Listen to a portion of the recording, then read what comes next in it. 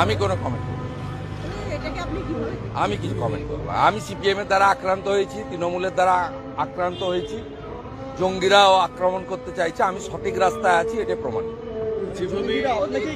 আমি বলতে পারবো না আমি সঠিক রাস্তায় আছি, আমি প্রমাণিত। আমি বাংলাদেশের পীড়িত আক্রান্ত হিন্দুদের পাশে আছি, বাংলাদেশের অবৈধ কেয়ারটেকার সরকারের বিরোধিতা করেছি, বাংলাদেশে মানবাধিকার, গণতন্ত্র, সংবিধান লঙ্ঘিত হচ্ছে, বাংলাদেশে হিন্দু এবং জনজাতিরা, বুদ্ধিস্টরা, এমনকি খ্রিস্টানরা আক্রান্ত হচ্ছে, মন্দির ভাঙা হচ্ছে। সেক্ষেত্রে আমি আমার ঠিক রাস্তায় আছি বলেই ওদের জ্বালা এবং যন্ত্রণা হচ্ছে। আমি মনে করি এ ডর মুঝে আচ্ছা লাগ রা হ্যায়। কেন আবেদন জানাবো খান? আমাকে তো কেন্দ্র দিয়ে রেখেছে, কেন্দ্র দিয়ে রেখেছে, আমি কেন জানাবো না? আই এম নট ওরি। আমি কোনোদিন এই জিনিস চাই না। আমার সঙ্গে তো রাজ্য সরকারের কোনো সিকিউরিটি থাকে না, দেয়ও না। আমাদের পার্সোনাল সিকিউরিটি যেহেতু কেন্দ্রীয় সরকারের বিধানসভার গেটের বাইরে থাকতে হয়। আমি রাজস্থানের স্পিকারকে বলেছি যে শুনে রাখুন, কেন্দ্রীয় নিরাপত্তা বাহিনী পায় বিজেপির এমএলএরা, তাদেরকে বাইরে রাখতে হয়। আমরা যদি অ্যাসেম্বলির ভিতরে, আমরা তো আক্রান্ত হয়েছি, তপন চ্যাটার্জি এর আগে শারীরিক আক্রমণ করতে এসেছেন, সেদিনকেও গেটের সামনে একজন আক্রমণ করতে গেছে ভিতরে। আমরা তো একা যাই। আর তৃণমূলের এমএলএদের সঙ্গে যেহেতু কলকাতা পুলিশ, রাজ্য পুলিশ থাকে, তাদেরকে অ্যালাউ করা হয়।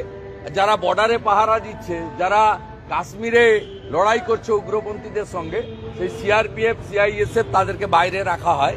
এর থেকে বড় লজ্জার কিছু আছে নি? যে উগ্রপন্থীরা এসেছেন তারা দক্ষিণ চব্বিশ পরগনায় মৎস্যজীবী বা নৌবাহিনী, মানে এটা কমফোর্ট জোন।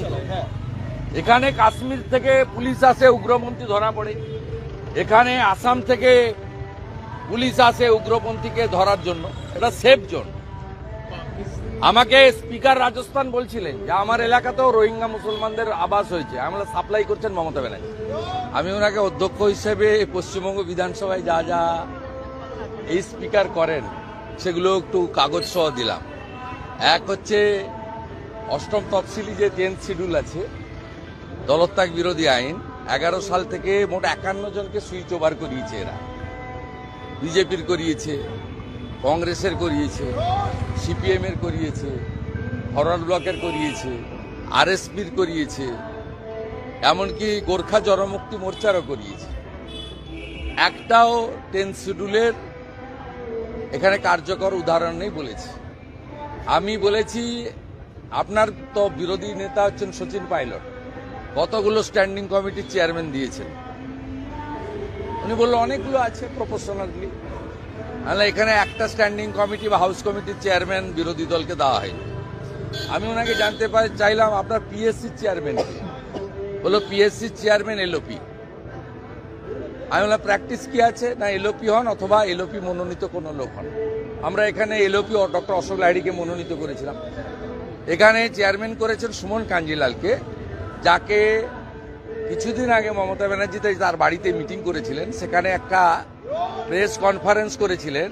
প্রেস কনফারেন্স করে ওরা যে লিস্ট দিয়েছিল তাতে দেখবেন চা বাগানের কমিটি মলয় ঘটকের নেতৃত্বে, সেই কমিটির মধ্যে সুমন কাঞ্জিলাল ছিল পদাধিকারী, তিনি পিএসসি চেয়ারম্যান।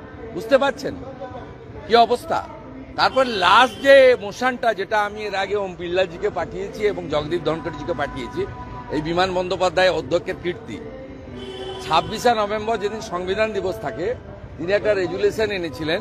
সেই রেজুলেশনে সাংবিধানিক বডিগুলোকে চ্যালেঞ্জ করেছিলেন। উনি নিজে মন্ত্রী করতে পারেন, এমএলএ করতে পারেন, তারা পলিটিক্যাল লোক, স্পিকার পলিটিক্যাল লোক, কিন্তু চেয়ারটা নন পলিটিক্যাল। তিনি তার নিজে মুভ করা জায়গায় সাংবিধানিক বডি, সেন্ট্রাল এজেন্সির বিরুদ্ধে বলেছেন, সেন্ট্রাল গভর্নমেন্টের বিরুদ্ধে বলেছেন। আমি ওনাকে এগুলো দিয়েছি। এর আগে আমি ওম বিড়লাজিকে এবং জগদীপ ধনখড়কে পাঠিয়েছি। উনি আমাকে অ্যাসিওর করেছেন যে আমাদের মাঝে মাঝে স্পিকার কনফারেন্স হয়। আমি আমার কলিগ স্পিকারদেরকে বলবো, এবং আমি লোকসভার স্পিকারকেও, আপনিও পাঠিয়েছেন, আমিও বলবো, এই বিষয়গুলো দেশের অন্যান্য রাজ্যের জানা উচিত। আমাদের বিধানসভার অধ্যক্ষ বিমান ব্যানার্জির কীর্তিকলাপ, অসাংবিধানিক কাজ এবং রাজনৈতিকভাবে তিনি যেভাবে তার পথকে লিমালিপ্ত করছেন